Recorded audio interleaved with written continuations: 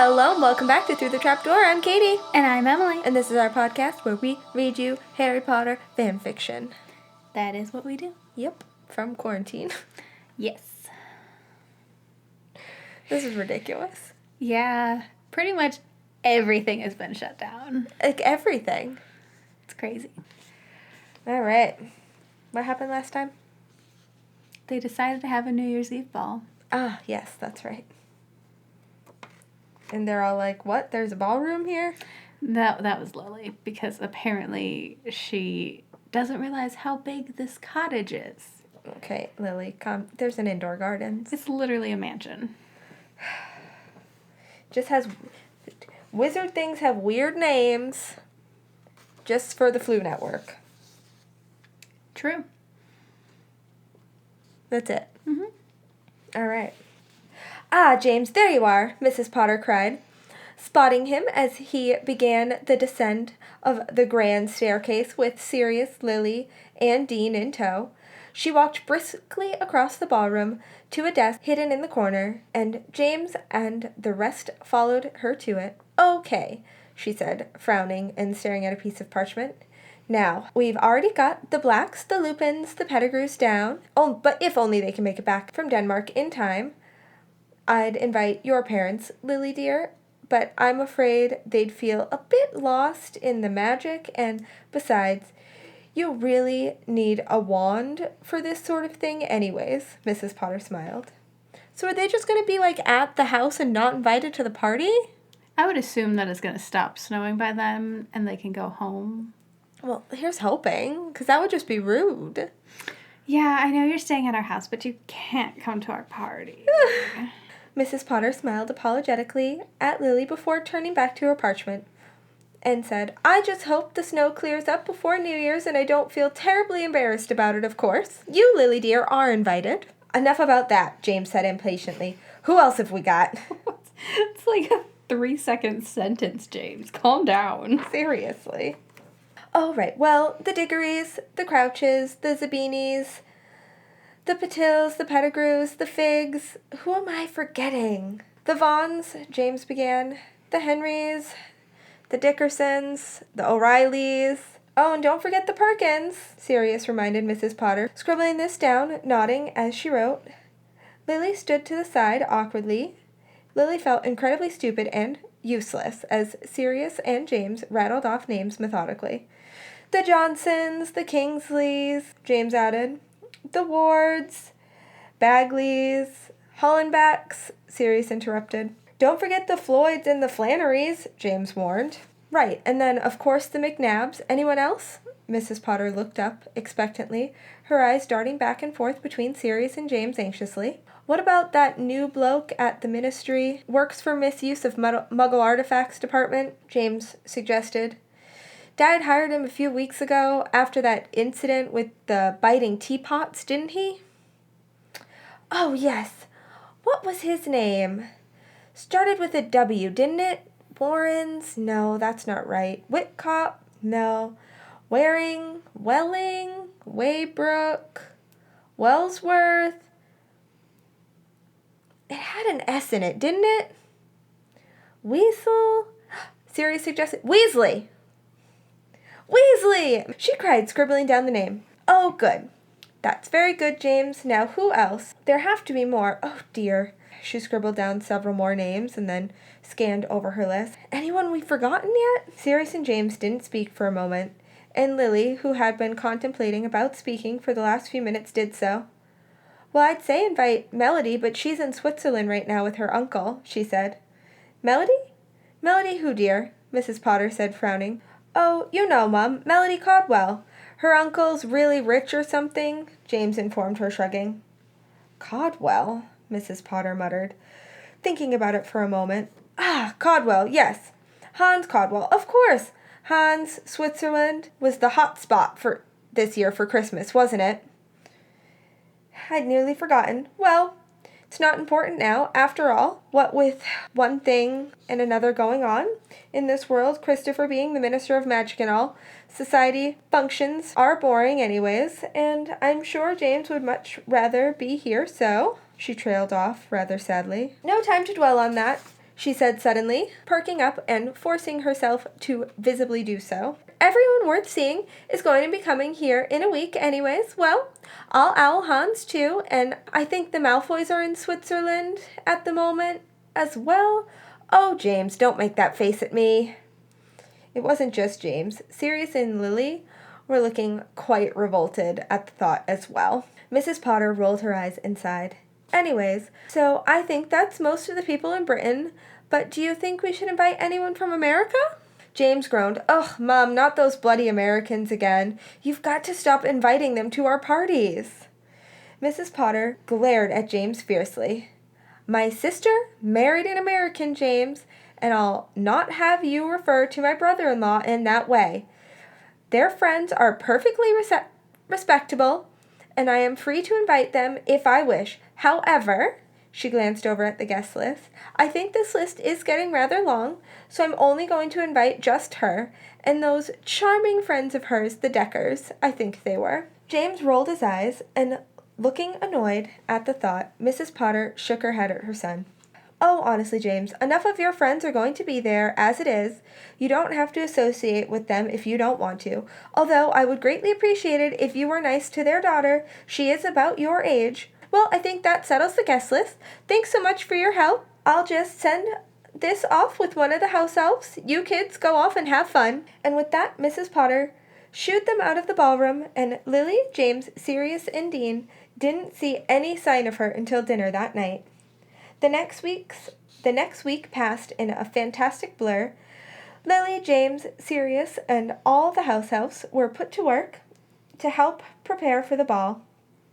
Lily, although she had no reasonable clue as to how it happened, had been put in charge of the infamous guest list and spent most of her time locked up in a small office receiving owls from as far away as Egypt, bearing letters accepting Mrs. Potter's invitation to party. Lily's family left in the middle of the crazy week.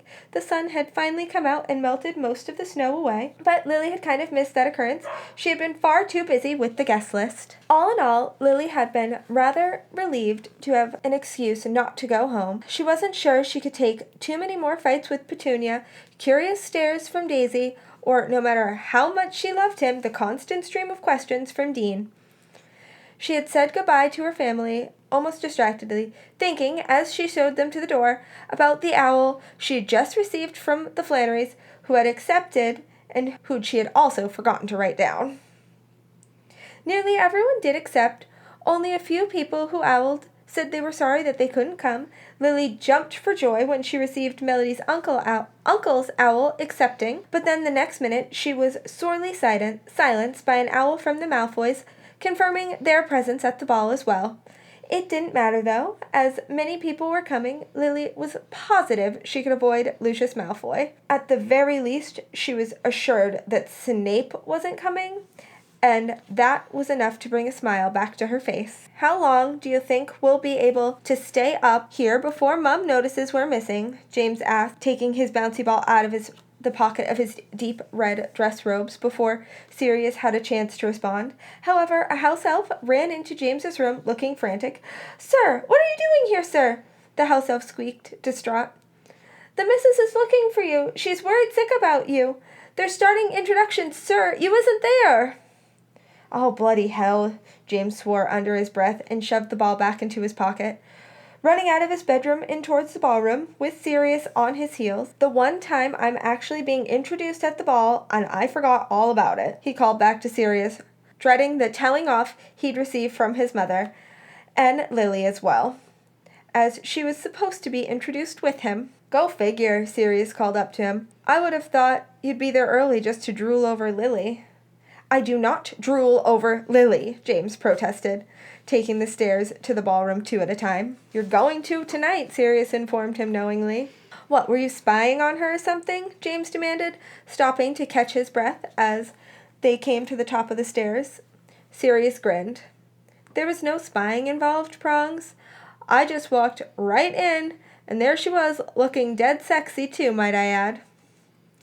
James pinched his friend on the shoulder before taking out his wand and tapping 8 times on the door in front of him. It changed color, and he opened it, entering not the main ballroom, but the small entrance hall that he was supposed to have been in 10 minutes ago. His mother spotted him immediately and ran over, reprimanding him for being late, and then shoving him towards the door, informing him that introductions were starting in 1 minute and that she had to be down on the floor of the ballroom with his father already. And thanks a lot for him making her late. She hurried off, and James looked around frantically for Lily, who he spotted over by the other door, the one that led into the ballroom, clutching a small green handbag in her right hand, fidgeting nervously. As she looked at James, his heart stopped. She wasn't mad at all, which was the last thing he'd expected. Instead, she looked absolutely, positively, utterly terrified, and also extremely beautiful. She crossed the distance between them in a few short seconds and threw her arms around him, giving him a very tight hug. "You brat," she whispered into his ear. "I thought you were going to leave me here all alone. I didn't have a clue what I was doing." "Sorry," James whispered back, squeezing her tightly and then pulling away, leading her towards the door again. He took her hand. "It'll be fine, Lily, don't worry." She nodded at him, but her eyes were large and she was biting her lip apprehensively, staring very fixedly at the door, which James propped open, and he saw Lily's face go white as she stared into the expanse of the ballroom. "I can't do this," she squeaked, and turning around, trying to escape. "Whoa," James said, grabbing her around the waist. "Calm down, Lily. It's just a party, and no one is even here yet." "Oh, you liar," Lily cried, and struggled to get away. "Lil, look at me," James said, trying to calm her down. But she shook her head frantically and refused to look him in the eyes. "There are people out there," she informed him. "On the balconies. I know it. I saw them. And there's people in here too, and I'm just going to make a fool out of myself and trip on the stairs, and I can't do it." "Lily," James said softly, but harshly, feeling slightly exasperated, "look at me." Lily shook her head again, but she had stopped struggling. "Look at me," James ordered. She gulped and reluctantly looked into his eyes.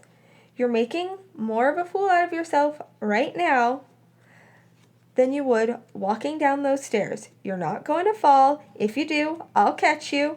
If you don't, I'll throw myself down after you, and we'll both look like idiots. We're gonna be fine, okay?" Lily shook her head again and glared at her. "Don't shake your head at me like that," he commanded. "Listen to me. You are going to be fine. Nod your head at me." Lily swallowed again and reluctantly nodded at him. "Good. Now, we have to go," James said as he heard their names being announced. "But we'll take these steps as slowly as you want, and you can squeeze my arm until it falls off, okay? Let's go." Lily turned reluctantly around and snaked her left arm through his right, clinging on almost painfully. He led her down the top stairs and began the long descent to the ballroom. James wanted to just take Lily and shake her for being such a ninny. What in the world was wrong with her? She acted as if she didn't flit up and down these stairs 100 times a day. Honestly, she'd probably gone down these stairs more in the past week than James had in the past 6 months. But there's nothing to say for that now, because Lily's hand was shaking ridiculously in the crook of James's arm, and she was acting as though walking down these steps was more nerve-wracking than having Dumbledore catch you out of bed after hours after having just pulled a highly illegal prank on Snape, for heaven's sake. The corner of James's mouth twitched at the memory, and it was all he could do not to burst out laughing. However, he kept his composure and concentrated on the ridiculous nitwit of a girl next to him, who was finally calming down as they reached the last step. She did slip a little as they both stepped to the bottom, and her face turned a brilliant shade of red, almost as red as James's robes. But by then, 3 other people had already been introduced, and no one was paying attention to her. "It's okay," James whispered as they walked over to James's parents. "No one noticed. You did fine." Lily nodded her head, inclined towards the floor slightly. Mrs. Potter greeted them with a warm smile. "Good job, James," she said softly. And then Lily, "You look beautiful, dear." James smiled in agreement, but he didn't think Lily saw it. She was now curtsying to James's father. Where in the world has she learned to curtsy?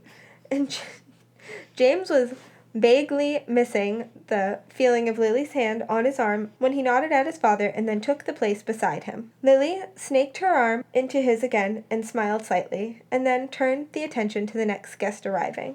This was extremely nerve-wracking. Lily had been looking forward to this ball all week, but now that it was happening, she felt very stupid, and the introductions weren't even halfway through yet. She smiled and nodded dumbly at all the guests James was so amiably greeting, and tried to feel graceful instead of extremely awkward in her too tall heels and her slightly too tight dress. At least James was still a good head taller than her. That was comforting, at least. And he didn't seem to mind her linking her arm into his just so she could keep it there for comfort. Sirius came down about halfway through the introductions, and he came right behind his parents and unaccompanied. And Lily was very glad that she had had James to accompany her down the staircase, even if she did have to stand there and greet everyone. Sirius gave her the nicest greeting so far that night, aside from perhaps Mrs. Potter. "Don't be nervous," he told her as he paused. "You look lovely." Lily smiled at him genuinely, and then she glanced at James. Feeling an immediate pang in her stomach, she was smiling at the next guest, the Floyds, or whoever, and didn't seem to notice how Lily looked tonight at all. He hadn't made one nice comment about her outfit so far, and she suddenly felt very stupid and ugly, despite Sirius's comment. So what if Sirius noticed? James was obviously blinded to her, no matter what he had told her weeks ago. If he couldn't even think to make one lousy comment, the respectable Hans Caldwell and Miss Melody Caldwell of... But Lily didn't quite catch the rest. It wasn't important. She grinned openly as she saw her best friend being accompanied down the stairs by a rather large man in very elegant black robes. Melody herself was wearing robes of deep blue, and she looked even more gorgeous than usual. Unlike Lily, Melody looked extremely comfortable in her surroundings and glided down the stairs next to her uncle with the grace of a cat. Lily almost couldn't believe it, the change in behavior from the normally loud, rude, obnoxious, and rather odd friend. She looked rather demure as she curtsied to Mr. Potter, and then to James, and with James nearly laughed at, but she nodded respectfully as Lily grinned broadly, and Lily was rather relieved to see that Melody still had that mischievous look in her eyes underneath all those good manners. Lily grinned back. "You look awesome," she informed Melody, and Melody raised one perfectly shaped eyebrow at her. "I think perhaps you look a bit more," she said, and then followed her uncle off, giving Lily a suggestive eyebrow wiggle in James's direction as she did so. Lily blushed fiercely and turned back to the long stream of guests yet to be greeted. Remus Lupin wasn't particularly fond of parties. However, any party was all right when you were off in a corner with your best friends, thinking up evil things to do to the mince pies. Peter, James, and Sirius had hid themselves at the table in a remote corner of the ballroom, and had been alternating between poring over a very special piece of parchment which Peter hadn't seen since the Christmas holidays, and began thinking of ways to disrupt the banquet table. Melody was off somewhere instructing Lily how to mingle, and occasionally finding both girls dancing partners, and Remus could sometimes see the girls dancing on, but he wasn't looking for them, really. But whenever they did, James and Sirius stopped talking and began drooling, so it was rather hard to miss. All four of the Marauders knew it was rather rude and ungentlemanly-like, although it was rather a joke to consider any of the four of them gentlemen, to have boxed themselves off in a corner, but they hadn't properly united for nearly 2 weeks, and knew it was only a matter of time before Mrs. Potter came over and calmly, although probably rather hostilely as well, told them to get off their asses and dance a bit. Remus wasn't disappointed. After another 5 minutes of poring over the very special parchment, he saw Mrs. Potter coming over in their direction with calm, dangerous smile on her face. "Boys," she said sweetly as she could manage, "I think you've been sitting here quite long enough, and I think there are some girls at this party who would like to dance with you." James hastily grabbed the parchment off the table and shoved it into his robe somewhere standing. "Of course, Mom," he said, nodding at her. "So sorry." Mrs. Potter raised an eyebrow at her son, which translated basically to, "Yeah, right," and walked away. The rest of the marauders sighed and stood up by following James into the ballroom, into the hustle and bustle of the main party. "What's wrong?" James demanded, looking very confused. "Nothing," Lily replied, refusing to meet his gaze. "Oh, sure, Lily, that's what this is all about," James said sarcastically, and shook his head at her. "Now what's wrong?" James asked, tilting her face towards his and probing her eyes for an answer. She shook her head. "It's nothing," she lied. "I'm fine." "Lily, if you were fine, you wouldn't be acting like you were about to cry." "I'm not gonna cry," Lily insisted, her voice cracking slightly. She was such a bad liar. But honestly, she'd gotten all excited about this, and all excited about wearing this dress, and about fixing her hair, and having Mrs. Potter help her with her makeup. She'd walk down to ballroom tonight, feeling gorgeous, like a princess, expecting James's jaw to drop, or for him to stare at her like she was the most beautiful thing he'd ever seen, or at least stumble over his words trying to tell her she was pretty, not just ignore the fact that she had gotten all dressed up. Sure, it didn't have to be perfect, didn't have to be like a fairy tale, she supposed, or like in a book, but shouldn't he have said something to her by now? Didn't he even care? To be fair, you didn't really give him an opportunity because you were kind of like panic running away. Right. And he was like, "No, you have to be calm. We have to go down." Right, he was like trying to keep you calm. It didn't matter if Mrs. Potter said she looked great, or if Sirius thought she looked lovely, or even that Melody had told her how nice she looked. James hadn't said a word. He hadn't given a damn, and "Lily," James said softly. "Please tell me what's going on." She glared up at him, her eyes filling with tears. "If you don't know," she said, shaking her head at him, "if you can't realize what an idiot you've been, what a complete and total git you are, then I'm not about to—" Whoa, hold on a second, Lily. "I told you I was sorry about almost being late, didn't I? And I am, too. I'm really sorry. No!" Lily cried. "It's not about that at all, James. She cut herself off and stared at the ground. "You haven't even looked at me all night," she said miserably. You haven't said one word about my dress or my hair or anything, and this last week you told me you cared about me, and I thought that at least you'd notice that I tried to look nice," and she cut herself off and swallowed and then looked up at him again. But couldn't finish. The look on James's face was too much. He looked dumbfounded. "Lily, are you insane?" he croaked, grabbing her arms and staring at her. "Do you realize that you're the most beautiful girl in this entire room?" Lily swallowed again and narrowed her eyes at him, confused. "But I can't be. I mean, I'm not, and you are insane, Lily. Almost all I've done this night is think about how beautiful you are, and I didn't tell you once, did I?" Lily shrugged and stared at the floor. I guess it doesn't matter. I mean, oh, for heaven's sake, Lily, don't be a twit. Obviously it matters to you," and he grabbed her arms again impulsively. "I was speechless when I saw you," he admitted. You're, Lily lifted her eyes to his and bit her lip. "Pretty?" she ventured. "You're stunning," James said, giving her a lopsided grin, and Lily suddenly felt warm from her head to her toes. It was 5 minutes to midnight. Lily and James had been dancing around together, grinning like idiots since at least 11, and Sirius was running out of time. He'd promised he'd ask Melody to dance, promised himself he'd talk to her, promised himself he'd do something to control the crazy feelings he had every time he saw her. Peter and Remus were giving him a pep talk, encouraging him to go over to the banquet table where she was standing, holding a glass of champagne and making small talk with the McNabb brothers, which Sirius did not like the sight of at all. "Come on, just go over and ask her to dance," Peter chided. "Yeah, go on, Sirius. Have a go at it," Remus insisted. "And if she says no, at least You know, what hitting rock bottom feels like. Supportive. He whacked Siriusly encouraging on the back and smiled. Sirius gulped, and Peter glared at Remus. You're not helping him, Moony. Sure I am. Look at him. He's ready to go. He looks kind of sick, Peter said doubtfully.